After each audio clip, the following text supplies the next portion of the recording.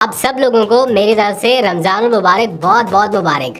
دل کھول کے دعائیں کریں, عبادت کریں اور اپنی تمام عبادات میں دعاؤں میں وطن عزیز کی سلامتی اور خوشحالی کو ضرور یاد رکھیے گا. بہت ضرورت ہے پاکستان کو دعاؤں کی.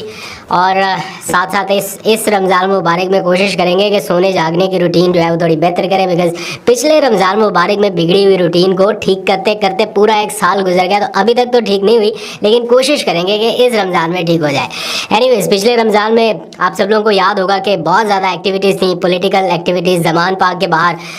سب لوگوں کو ویسے تو وہ ویژولز یاد ہوں گے, عمران خان, افطار, وہ پورا پروگرام, روزہ کھولو کے وہ ویژولز میں ابھی بھی آج سوشل میڈیا کے اوپر دیکھ رہا تھا, تو وہ سب کو ریکال ہو رہا ہوگا. تو یقیناً سب لوگ عمران خان کو مس کر رہے ہوں گے, ان کی پریزنس کو مس کر رہے ہوں گے. تو آج ان کے حوالے سے جو کیسز اسلام آباد ہائی کورٹ میں تھے, آگے چل کے ان کی ڈیٹیل بھی بتاؤں گا, کیونکہ ان کے وکلا یہ کہہ رہے ہیں کہ رمضان مبارک کے دوران امید ہے کہ ان کا جو سائفر کا کیس ہے وہ کنکلوڈ ہو جائے گا. اور رمضان کے بعد کیا ہونے جا رہا ہے, پاکستان تحریک انصاف کیا کرنے جا رہی ہے, احتجاجی تحریک کے حوالے سے کیا سوچ رہے ہیں, اور 2 تاریخیں اس مارچ کے مہینے میں اہم قرار دی گئی ہیں, اس کے حوالے سے آج پی ٹی آئی نے اعلان بھی کر دیا ہے. یہ ساری تفصیلات آپ کو بتاؤں گا, لیکن ابھی کی لیٹسٹ اپڈیٹ یہ ہے کہ شہباز کابینہ 19 رکنی شہباز کابینہ نے حلف اٹھا لیا, اور وہ لوگ جو غیر جانبدار قرار دیے گئے تھے ایک طرح سے کہ نگراں حکومت میں تھے, ان میں سے بھی بعض لوگ جو ہیں وہ اب حصہ بن گئے ہیں شہباز کابینہ کا. اور کچھ ان میں سے ایسے لوگ ہیں جیسے محسن نقوی کا نام ہے, ان کو نہ پیپلز پارٹی اون کر رہی ہے کہ یہ ہمارا کینڈیڈیٹ ہے یا ہمارے طرف سے نامزد کیے گئے لوگ ہیں, نہ مسلم لیگ نون ان کو اون کر رہی ہے کہ یہ ہمارے ہیں. تو کہاں سے ان کا نام فلوٹ ہوا, لیکن ایک عہدہ, دوسرا, تیسرا, چوتھا, پتہ نہیں کتنے عہدے ایک شخص کے پاس جانے ہیں, کچھ سمجھ نہیں آ رہی. بہرحال یہ سارے لوگ اس کابینہ کا حصہ بن گئے. مین وائل اسی کے پیرالل پاکستان تحریک انصاف نے بھی اپنی شیڈو کابینہ لانے کا اعلان کیا. اب شیڈو کابینہ کیا ہے, بیسیکلی جیسے کوئی حکومت اپنا بجٹ پیش کرتی ہے, تو جو اپوزیشن پارٹی ہے وہ شیڈو بجٹ پیش کر دیتی ہے کہ اگر ہم اقتدار میں ہوتے یا ہمارے پاس پاور ہوتی تو ہم اس طرح کا بجٹ لاتے, اس کو شیڈو بجٹ بولتے ہیں. وہ اپنی تجاویز یا اپنا سارا کچھ اناؤنس کرتی ہے. تو پاکستان تحریک انصاف نے اعلان کیا کہ وہ اپنی شیڈو کابینہ لائے گی, یعنی اپنے وزراء لائیں گے پنجاب میں, مرکز میں, جیسے بھی ہے. تو اس شیڈو کابینہ کا کیا کام ہوگا, بیسیکلی کوئی انفلوئنس تو نہیں کر سکے گی یا فیصلہ سازی میں تو شامل نہیں ہوں گے, لیکن ایٹ لیسٹ اتنا کر سکتے ہیں کہ جو موجودہ کابینہ ہوگی, پنجاب کی ہوگی یا وفاق کی ہوگی, اسی کے پیرالل اپنی کابینہ بنا کے سمبولک طریقے سے یہ بتایا جا سکے گا کہ ہماری پریورٹیز کیا ہوتی ہے, اگر ہم ہوتے کیبنٹ میں تو ہم کیا کرتے. تو اس قسم کی ایکٹیویٹیز جو ہے وہ اناؤنس کی گئی ہیں پی ٹی آئی کی طرف سے کہ وہ اپنی شیڈو کابینہ لائیں گے. دیکھتے ہیں کون کون سے وزیروں کے نام اس میں آتے ہیں. سمبولک ایکٹیویٹی ہے, لیکن اس کا اثر ضرور رہے گا. جو موجودہ کابینہ ہے, وفاقی کابینہ, اس کے لیے اب پہلا چیلنج کیا ہے اس ماحول میں, جب سیاسی افراتفری ہے, ایک طرح سے اسٹیبلٹی ابھی بھی نہیں آئی اور نہ کوئی بہت جلد آنے کا امکان اس وقت نظر آ رہا ہے, کیونکہ عید کے بعد تو معاملات احتجاجی تحریک کی طرف جاتے دکھائی دے رہے ہیں. تو جو پہلا چیلنج ہوگا دیٹ از IMF پروگرام لینا, کیونکہ IMF کا پروگرام کنٹینیو بھی کرنا ہے اور اس کے لیے بڑا ضروری ہے کہ IMF کے ساتھ دوبارہ مذاکرات ہوں. لیکن اس میں مسئلہ یہ ہے کہ پیپلز پارٹی, جس نے سارے آئینی عہدے اپنے پاس رکھ لیے ہیں, بڑے بڑے آئینی عہدے, پریزیڈنٹ شپ ان کے پاس آ گئی, چیئرمین سینٹ بھی غالباً ان کے پاس جائے گا, گورنر ان کے پاس, اور بہت ساری چیزیں جو آئینی عہدے انہوں نے رکھ لیے, لیکن وہ وفاقی کابینہ میں شامل نہیں ہے. تو IMF کے ساتھ جو نیگوسیشنز ہونی ہے اس کا وہ شاید حصہ نہیں بنیں گے, یا وہ مشکل معاشی فیصلوں کا بوجھ اٹھانے کے لیے تیار نہیں ہے. مزے سارے لینے ہیں, لیکن معاشی فیصلوں کا بوجھ جو ہے وہ PMLN اٹھائے گی. تو اس قسم کی سچویشن ہے. تو بظاہر PMLN کے لیے حکومت تو ان کو مل گئی, پنجاب میں بھی, وفاق میں بھی, بٹ آسان کام نہیں ہوگا. اور اوپر سے اتنی تگڑی اپوزیشن جو کہ ہر روز آپ کے اوپر حاوی ہے, تو یہ سارا معاملہ بڑا دلچسپ رہے گا دیکھنا. اچھا, اب آ جائیے, یہ جو تگڑی اپوزیشن ہے اس کے ساتھ کیا ہو رہا ہے. احتجاج تو وہ کر ہی رہی ہے.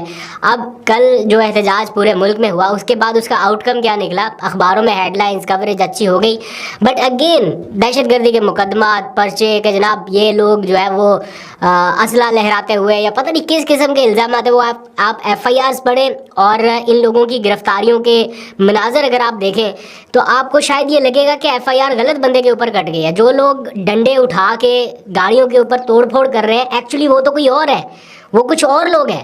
اور جو لوگ پرام طریقے سے اپنا پروٹیسٹ ریکارڈ کر رہے ہیں، جن کو گریبانوں سے پکڑ کے کھینچا جا رہا ہے اور انہی کے اوپر الزام لگایا جا رہا ہے کہ یہ کوئی اسلحہ لہراتے ہوئے آ گئے.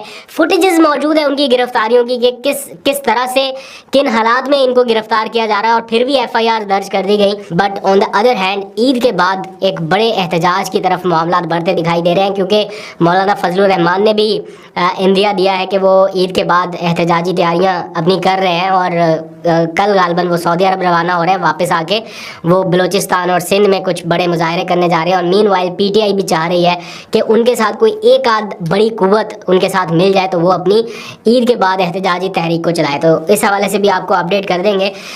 پھر عمران خان کا جو نہ ہونا ہے اس وقت گراؤنڈ کے اوپر، وہ لوگ اس لیے بھی مس کر رہے ہیں کہ اگر عمران خان خود ہوتے تو شاید وہ کوئی بڑی کال دے سکتے تھے، یا وہ کوئی اسٹریٹجی بنا سکتے تھے، یا اسٹریٹجائز کر سکتے تھے ان سارے معاملات کو. لیکن چونکہ اس وقت لیڈر لیس مومنٹس چل رہے ہیں پی ٹی آئی کے لیے، تو ہر بندہ ہی اپنے آپ میں لیڈر ہے، تو اس طرح سے سنکرنائز نہیں ہو پا رہی چیزیں، اس میں تھوڑی سی پرابلم ہے.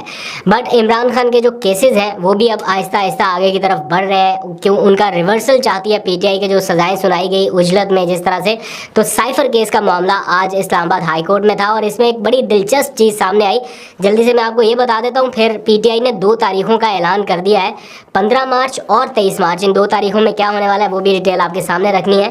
عمران خان کی کوششوں کے نام کر دی گئی ہیں یہ تاریخیں. But on the other hand Islamabad high court میں آج سائفر کیس کی سماعت تھی. تو پی ٹی آئی کے وکلا یہ چاہتے ہیں کہ چونکہ یہ سزائیں جس طرح سے سنائی گئیں، عجلت میں سنائی گئیں، اس میں کوئی ایویڈنس نہیں ہے، سائفر ڈی کلاسیفائڈ ہو چکا، ان کے پاس 100 ریزنز ہیں بتانے کے لیے کہ یہ سزائیں نہیں ٹھہر سکتی، ان کو معطل کیا جائے. بٹ جو پروسیکیوشن ہے یا حکومتی وکلا سمجھ لیجئے، وہ آج ایک نئی چیز سامنے لے کے آئے کہ جناب عمران خان کے پاس یا عمران خان کے وکلا کے پاس یہ ریمیڈی ہی نہیں ہے کہ یہ اپیلیں سنی جائیں، یعنی اپیلیں ناقابل سماعت وہ کہتے ہیں کہ قرار دے دی جائیں، کیونکہ اس معاملے میں جو دی گئی سزا ہے سیکرٹ ایکٹ کے تحت، اس میں اپیل ہے ہی نہیں. یہ سرکاری وکلا آج ایک چیز نکال کے لے کے آئے، یعنی دنیا کے کسی قانون میں ایسا نہیں ہے کہ کوئی سزا سنا دی جائے اور اس میں وہ شخص اپیل نہ کر سکے.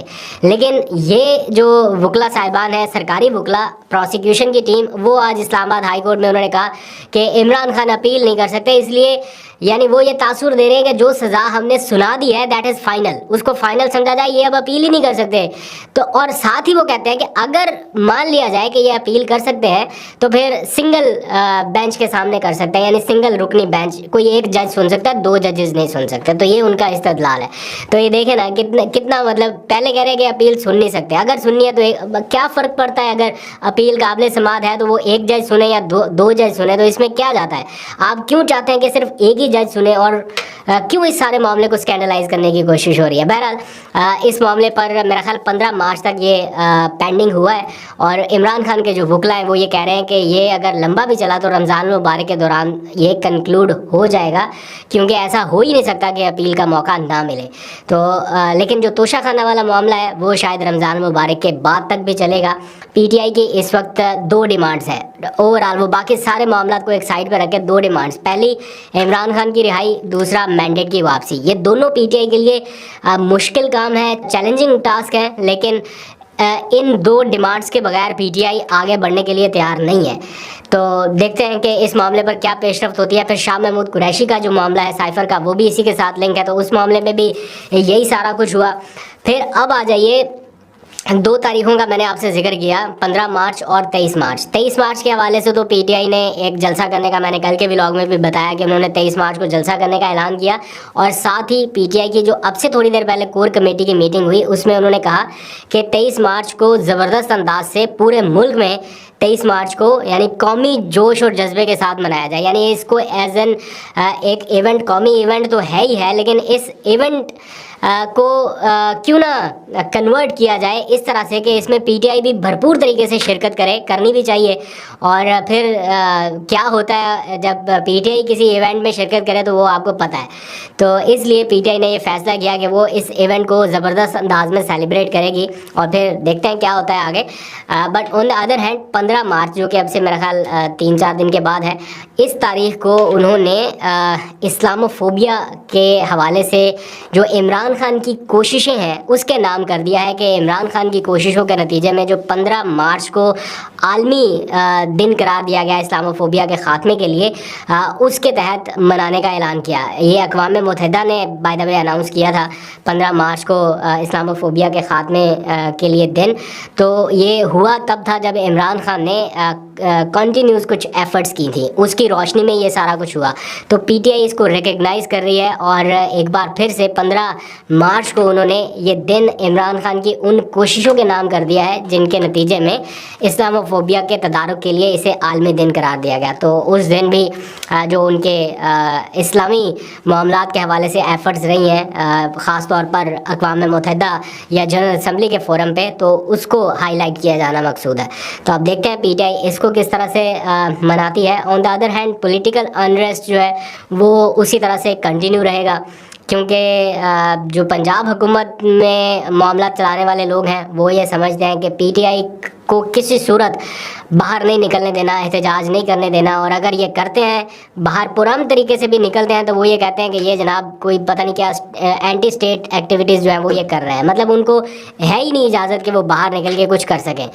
لیکن پی ٹی آئی جو ہے وہ ہر بار یہ کلیم کرتی ہے کہ وہ پرامن طریقے سے اپنا احتجاج ریکارڈ کرائیں گے، ایف آئی آرز بھی ہو رہی ہیں، مقدمات بھی ہو رہے ہیں، گرفتاریاں بھی ہو رہی ہیں، بٹ ان ساری چیزوں کے باوجود وہ پہلے سے زیادہ شدت سے نکل رہے ہیں۔ تو یہ پولیٹیکل انریسٹ جو ہے یہ فی الحال ختم ہوتا دکھائی نہیں دے رہا۔ تو اس لیے میں نے سٹارٹ میں آپ سے کہا کہ رمضان المبارک کی بابرکت ساعتوں میں ضرور دعا کیجئے، لازمی دعا کیجئے۔ ہو سکتا ہے کسی ایک آدھ کی سنی جائے کہ اللہ تعالیٰ اس ملک پر اپنا خصوصی رحم اور کرم فرمائے، بیکاز ہم واقعی میں بہت بہت بہت پیچھے کی طرف جاتے جا رہے ہیں۔ دنیا بہت آگے کی طرف، اگلی منصوبہ بندی کی طرف، ان کی ترجیحات ہی ڈیفرنٹ ہیں، ان کی ڈائریکشن ہی ڈیفرنٹ ہے، وہ کسی اور طرف چل رہی ہے دنیا، اور ہم بالکل ہی کوئی ریورس گیئر میں بہت پیچھے کی طرف جا رہے ہیں اور بہت تیزی سے جا رہے ہیں۔